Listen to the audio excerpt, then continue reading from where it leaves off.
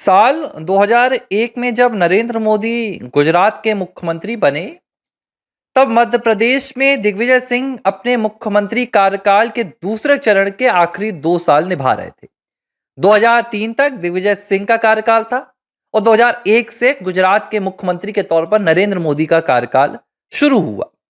ये वो दौर था जब नरेंद्र मोदी का गुजरात की राजनीति में उदय हो रहा था और दिग्विजय सिंह का मध्य प्रदेश की राजनीति से अस्त हो रहा था। और इस वक्त में दोनों राजनेता अपने अपने राज्यों में जबरदस्त तरीके से राजनीति के मुख्य केंद्र बिंदु पर नजर आ रहे थे। लेकिन वक्त बदला, नरेंद्र मोदी गुजरात की सत्ता में जम गए। गुजरात में भारतीय जनता पार्टी को उन्होंने अजय बढ़त दिलाई। लेकिन दिग्विजय सिंह दूसरी तरफ मध्य प्रदेश में कांग्रेस के लिए भस्मासुर साबित हो गए। उन्होंने कांग्रेस को ऐसा अभिशापित कर दिया मध्य प्रदेश में कि दोबारा कांग्रेस को वापसी करने के लिए 15 साल लग गए। 2018 में कांग्रेस की वापसी हुई, लेकिन वो भी 15 महीने की, 18 महीने की। और एक बार फिर से दिग्विजय ही यहां पर कांग्रेस के लिए अभिशाप बने। कमलनाथ, दिग्विजय सिंह, ज्योतिरादित्य सिंधिया की लड़ाई सामने आई और कांग्रेस की सरकार चली गई और ऐसी गई कि मात्र विधानसभा में 65 सीटों पर मध्य प्रदेश में सिमट गई। आज मैं नरेंद्र मोदी गुजरात के सीएम और दिग्विजय सिंह मध्य प्रदेश के सीएम जो थे, इनकी चर्चा क्यों कर रहा हूं? क्योंकि 90 के दशक की एक धुंधली तस्वीर, एक ब्लैक एंड व्हाइट तस्वीर खुद दिग्विजय सिंह ने साझा की है। और इस तस्वीर को शेयर करते हुए दिग्विजय सिंह का एक तो पहला दर्द छलका, दिग्विजय सिंह का एक तो पहले जख्म उभरा और इसी तस्वीर के जरिए दिग्विजय सिंह ने कांग्रेस पार्टी के सबसे बड़े परिवार यानी कि गांधी परिवार पर एक ऐसा प्रहार किया है जिस प्रहार से यह तय है कि 10 जनपद में इस बात पर अब एक मंडली बैठ जाएगी प्रलाप करने के लिए, विलाप करने के लिए कि दिग्गी राजा भी अब कांग्रेस से दूरियां बनाने लगे हैं। क्योंकि गांधी परिवार पर सवाल खड़ा करना सीधे तौर पर कांग्रेस से दूरी के तौर पर मापा जाता है। तस्वीर क्या है, पहले इस पर आता हूं और फिर दिग्गी राजा की कहानी आपको बताऊंगा। यह तस्वीर साल 1996 की है, जब गुजरात के मुख्यमंत्री शंकर सिंह वाघेला का शपथ ग्रहण समारोह था। इस तस्वीर में भारतीय जनता पार्टी के दिग्गज नेता, संस्थापक सदस्य लाल कृष्ण आडवाणी नजर आ रहे हैं। भाजपा के तमाम नेता बैठे हुए हैं कुर्सियों में और इसी कुर्सी के अगर आप नीचे देखेंगे तस्वीर में, तो प्रधानमंत्री नरेंद्र मोदी तब एक कार्यकर्ता की हैसियत से, एक स्वयंसेवक की हैसियत से, एक बीजेपी के सामान्य कार्यकर्ता के लिहाज से जमीन में बैठे हुए हैं। यह साल 96 की बात है, जब दिग्विजय सिंह अपनी राजनीति के चरम पर हुआ करते थे। दिल्ली से लेकर मध्य प्रदेश तक दिग्विजय की राजनीति का बूता बोला करता था। तब गुजरात में नरेंद्र मोदी एक पार्टी के कार्यकर्ता के तौर पर जमीन में बैठते थे। लोग तो यह भी कहते हैं कि भाजपा के कार्यालयों में नरेंद्र मोदी दरी भी बिछाते थे। जब भी बैठकें होती थी, पूरा अरेंजमेंट करते थे, माइक से लेकर दफ्तर की क्या यहां पर रूपरेखा रहेगी, सब कुछ करते थे। लेकिन नरेंद्र मोदी जमीन में बैठे बैठे संघर्ष करते हुए संगठन की ताकत से आज देश के लगातार तीसरे बार प्रधानमंत्री बन चुके। लेकिन दिग्विजय सिंह शायद कांग्रेस में यह सोच भी नहीं सकते।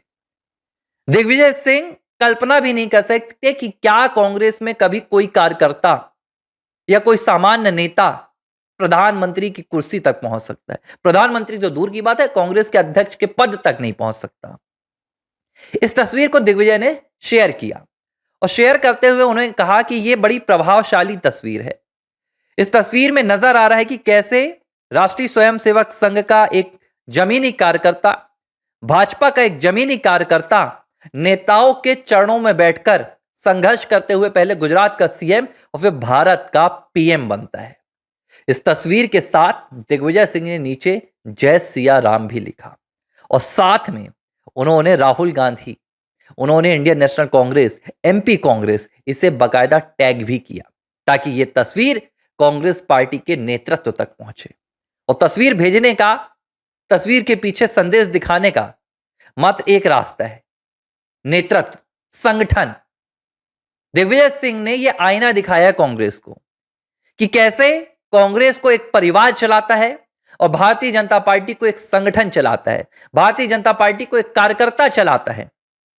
और यह पहला मौका नहीं है जब राष्ट्रीय स्वयंसेवक संघ की तारीफ कर रहे हैं दिग्विजय सिंह। अभी पिछले हफ्ते की बात है, एक कार्यक्रम में पहुंचे थे और उन्होंने कहा कि संघ का एकमात्र उद्देश्य है हिंदू राष्ट्र, और इस एकमात्र उद्देश्य के अलावा संघ दूसरा कोई उद्देश्य नहीं देखता। हालांकि संघ के और भी उद्देश्य है, संघ समाज को संगठित करता है, संघ तमाम सेवाएं भी करता है, लेकिन ये दिग्विजय की सोच थी कि उन्होंने सराहना करते हुए कहा कि देखिए भैया, संघ तो हिंदू राष्ट्र के लिए काम करता है, ये देश विरोधी संगठन नहीं है।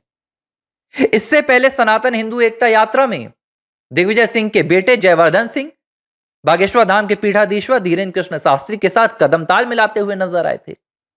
और कई मौकों पर राष्ट्रीय स्वयंसेवक संघ की जो संगठन शक्ति है, राजनीतिक लिहाज से भले दिग्विजय सिंह विरोध करें भाजपा का, भले वो राष्ट्रीय स्वयंसेवक संघ का विरोध करें, विरोध क्या करें, आज देखिए ये जिसे हम एक सामान्य भाषा में कहते हैं ना, ये विलाप है। कभी यही दिग्विजय सिंह साल 2008 और 9 के दौर में राष्ट्रीय स्वयंसेवक संघ को लेकर आतंकवाद जैसे शब्दों का इस्तेमाल करते थे, भगवा आतंकवाद की परिकल्पना को तय करते थे, राष्ट्रीय स्वयंसेवक संघ को देश विरोधी, संविधान विरोधी बताते थे। लेकिन वक्त का पहिया बदल गया। दिग्विजय सिंह ने देखा कि कैसे संगठन और संघ की ताकत ने एक कार्यकर्ता को देश का प्रधानमंत्री बना दिया, एक कार्यकर्ता को दुनिया का, जो आज जमीन पर बैठा हुआ नेता है, भारत बस का नहीं पूरे विश्व का सबसे लोकप्रिय नेता है, प्रधानमंत्री नरेंद्र मोदी की बात कर रहा हूं। और दूसरी तरफ जिसके भरोसे, जिसके कहने पर हम देश के सबसे बड़े स्वयंसेवी संगठन को गालियां देते रहे, उसे राष्ट्र विरोधी बताते रहे, तब भी हमें उस संगठन में क्या मिला, उस पार्टी में क्या मिला? कुछ भी नहीं मिला। एक बार जो सीएम से गए, तब से संघर्ष ही कर रहे हैं। तो यह दिग्विजय का दर्द है और अब उन्हें अपने जख्म याद आ रहे हैं कि कैसे हमने एक परिवार के कहने पर, जिसका भारत से कोई संबंध नहीं था, सीधे तौर पर, मैं स्पष्ट तौर पर कहूंगा, उसके कहने पर हम देश विरोधी हो गए। अब दिग्विजय को फिक्र सता रही है अपने बेटे की, जयवर्धन की। कांग्रेस पार्टी में जयवर्धन है, ज्यादा से ज्यादा उनका भविष्य क्या होगा? मंत्री बन चुके हैं मध्य प्रदेश सरकार में, 18 महीने की जो सरकार थी। सीएम बना नहीं सकते दिग्विजय सिंह अपने बेटे को, क्योंकि सीएम कोई आपकी लोकप्रियता या आपके जन सामान्य की सेवा से आप कांग्रेस में नहीं बनते हैं। सीएम आप बनते हैं गांधी परिवार की कृपा से। दिग्विजय को यह बात पता है और अब इसे लेकर वो बार बार राष्ट्रीय स्वयंसेवक संघ का उदाहरण देते हैं। अब इनकी आंखें खुल गई हैं।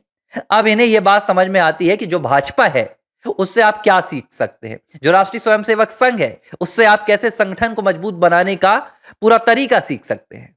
और अब ये राहुल गांधी को सुना रहे हैं दिग्विजय सिंह कि आप भी सीख लीजिए, अभी भी वक्त है।